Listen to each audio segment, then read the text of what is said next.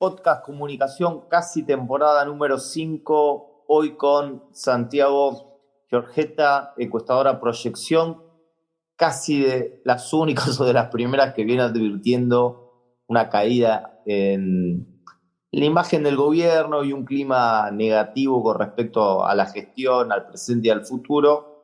Así que ahora justo con datos de agosto, datos muy actuales.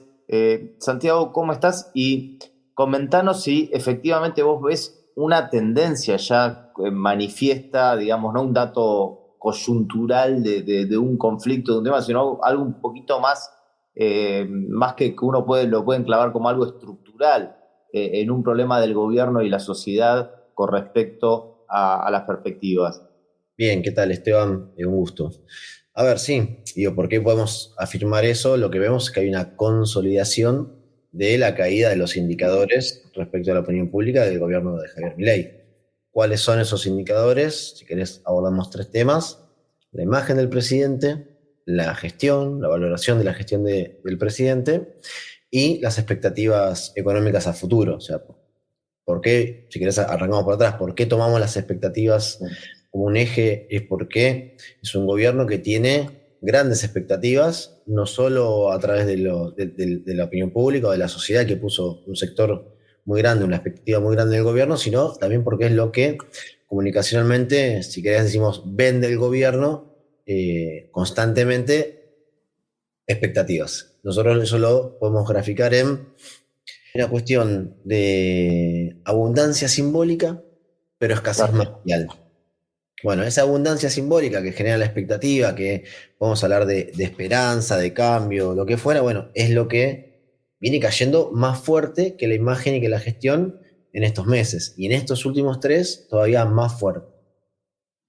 Sí, incluso bajó un punto de julio a agosto, que de agosto a julio, que más allá del error muestral, lo que sea, un punto en 20 días pareciera mucho. Otro dato que me pareció interesante, que bueno, se conocieron estos días los números de inflación. Sin Sí. embargo, ahí vos, por lo que podés registrar, veo dos cosas. Primero, que inflación sigue siendo un problema central. Y además, si metés inflación más tarifas, que ustedes lo midieron aparte, hace como un 70% de preocupación, porque inflación lo tenés en 50, pero tarifas en 20, 20 y pico, o sea que por eso, digamos, yo recordaba estos días inflación y sensación de inflación, digamos. No, digamos, es decir, el problema de la inflación sigue estando, Sí, por lo menos en la percepción de las personas, más allá del número. no hay duda que sigue siendo el principal problema. Digo, ¿viene en caída la percepción de la inflación como principal problema? Sí, digo, veníamos de, si querés, un 64%, un número 63, bueno, sí, casi 64% en el mes de marzo, o sea, como que era fue uno de los picos de mayor preocupación por la inflación del presidente Javier Milei. Viene en caída, hoy la se sitúa en 49%, estamos hablando que casi la mitad de los argentinos tienen como Claro. problema la inflación.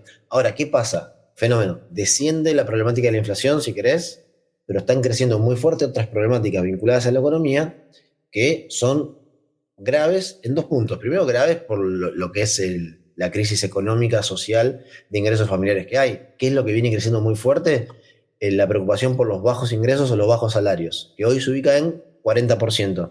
Pegó un salto importante de un mes al otro, por recién nombrabas que por ahí la imagen de Milei cae 1,5 puntos, un punto, no llega a los 2 puntos intermensuales. Bueno, la preocupación por los bajos ingresos creció 4 puntos. Pasó de 36 y moneditas a 40%. Bueno, esas preocupaciones, digo, ¿por qué son centrales? Porque en los grupos focales que venimos trabajando todos los meses, grupos focales que además los segmentos son votantes de Milei, el núcleo duro de Milei, quien lo votó en octubre del 2023, lo que nos refieren es que ante esta problemática de los bajos ingresos, es que ellos sienten, si querés, ahí sí podemos hablar de sensación de inflación, que sus ingresos no le están ganando en la inflación.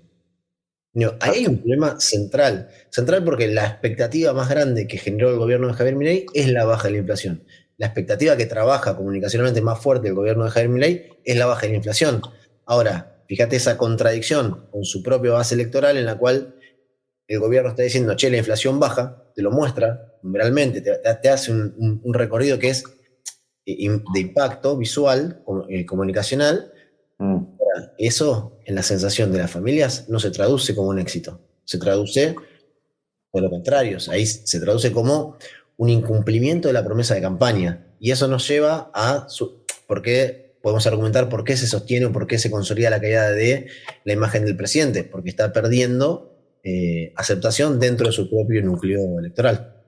Sí, y yendo a un análisis más sociopolítico y en perspectiva de que uno entiende que la campaña 2025 ya está arrancando de alguna manera, y aprovechando que estás haciendo Focus, yo no sabía que es una herramienta de análisis impresionante, que no es muy común, o uno siempre cuando habla de análisis dice, bueno, la encuesta, pero el Focus te da un montón de cosas.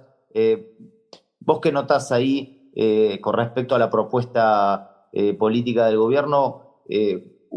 Uno entiende como que hay una orientación muy hacia el votante de núcleo duro, ¿no? Que igualmente vos decís que también está conflictuado, ¿no? Pero Sí. pareciera que le están hablando cada vez más y cuando vos medís ahí en los trabajos de ustedes, cada vez se acerca más al 30 todo, ¿no? La aceptación dura.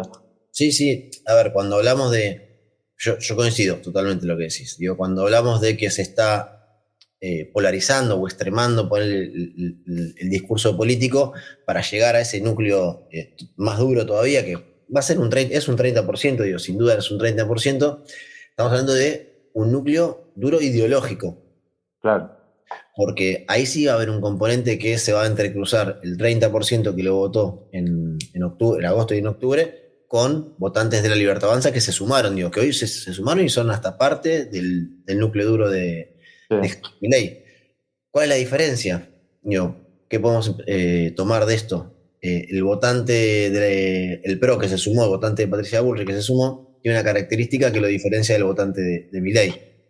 Dos características bien marcadas. La primera, el nivel socioeconómico, medio, medio alto, más resistencia al ajuste. Es el que puede aguantar y tolerar un poco más el ajuste. Y la otra característica, el sesgo ideológico, bien marcado el antiperonismo. El votante de Milei, en un punto, tiene un trazado y tiene una historia en la cual se acercó a distintas vertientes del peronismo. Digo, pudo haber votado a Sergio Massa en el 2015, pudo haber votado a Daniel Scioli en el 2015, también votó a Mauricio Macri.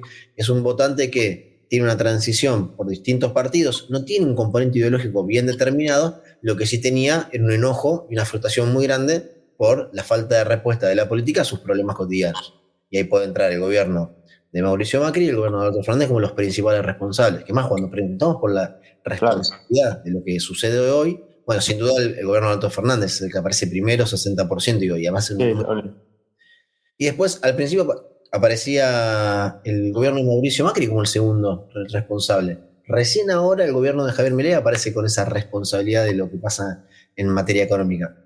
Entonces, ese elector, ese votante, es el que entendemos que va a ser el núcleo duro, ideologizado de Javier Milei. El otro, el que votó a Milei esperando que le mejore su situación económica y que hoy ya entiende, porque es la primera vez que nos pasó la primera semana de agosto, nosotros somos más o menos 10 mesas mensuales de votantes de Javier Milei, donde por primera vez había arrepentidos de Javier Milei en el mes de agosto. Digo, veníamos en julio, junio, con enojos, con frustraciones, con decepciones, pero todavía no se daba la secuencia de estoy arrepentido de haber votado a Javier Milei porque me defraudó por este motivo. El principal, el tema este del ingreso.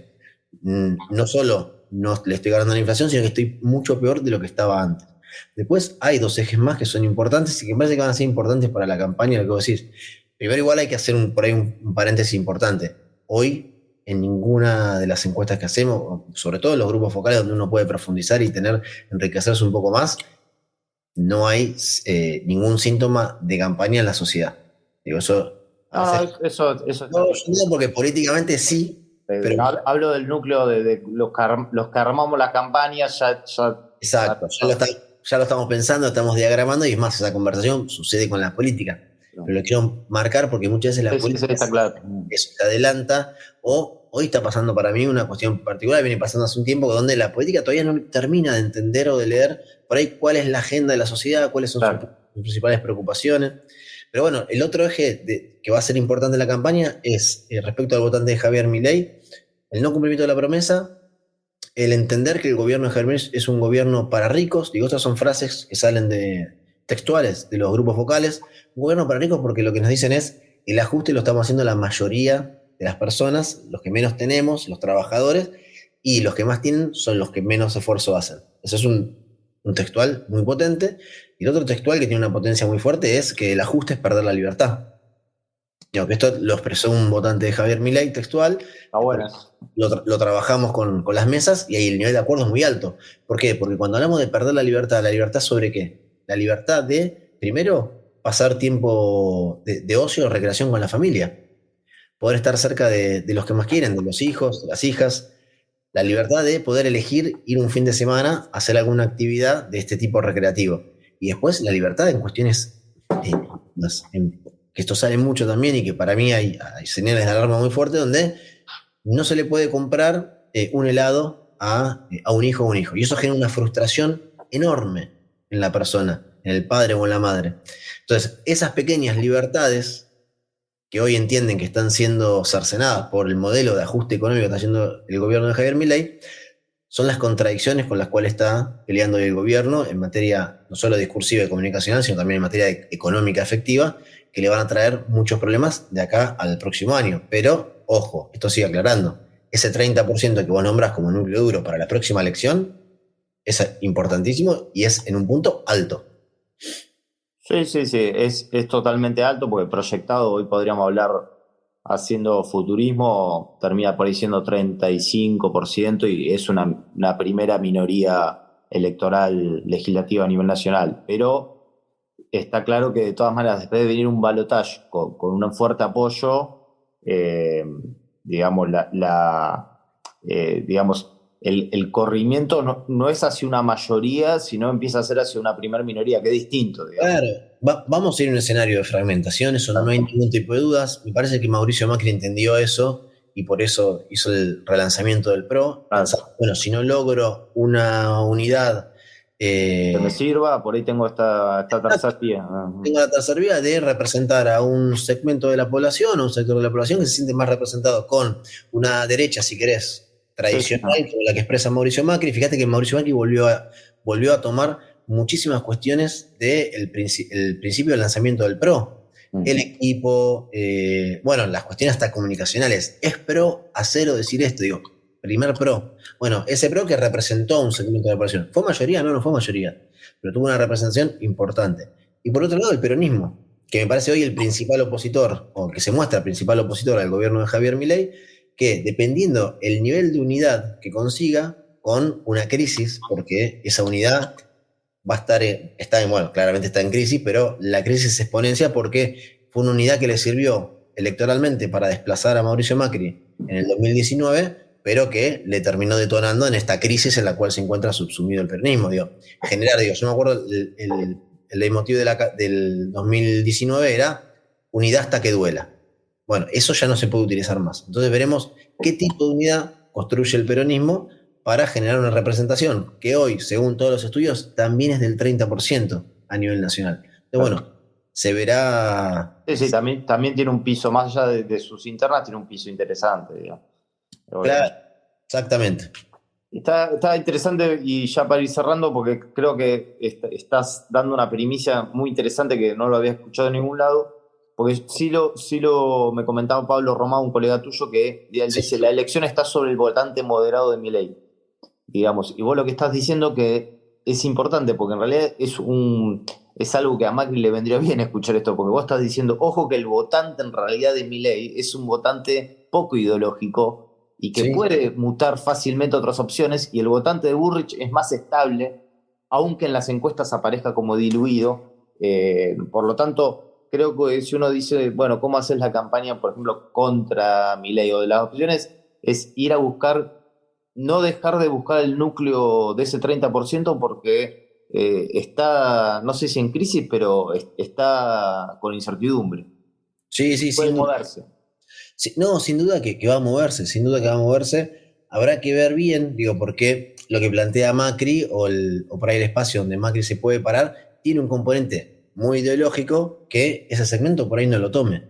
Veremos a ver ¿qué hace el peronismo para tratar de, si querés, reenamorar a quienes se fueron y optaron por Milei y hoy se sienten totalmente decepcionados? Bueno, tenés, si querés, hacemos una cuenta bien lineal, 30% la Libertad Avanza, 30% del peronismo y sus vertientes, 60%, 20%, si querés, una derecha que puede ser representada por Mauricio Macri, ahí ya tenés el 80% Ahí está de la elección. la mesa electoral. Bueno, se verá el resto cómo se mueve, digo, creo que vamos a ir una fragmentación grande también, porque vas a tener el peronismo, si querés, de centro, representados en, no sé, Pichetto, los gobernadores. Veremos si hay alguna alianza de gobernadores que lleven adelante. Digo, ya se estuvieron viendo algunas, sobre todo con los gobernadores patagónicos. Bueno, a ver si algo genera que también haya otros polos de atracción, que lo que genera es una dispersión total mayor aún a la que estamos teniendo hoy, o a lo que fue la experiencia del 2021, si querés.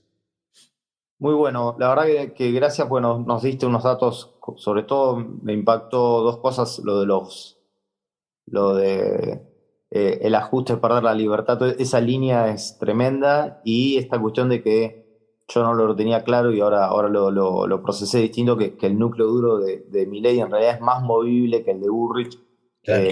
y eso es algo que no lo había leído en ningún lado. Muchas gracias. No, un gusto, Esteban, muchas Bueno, gracias. gracias.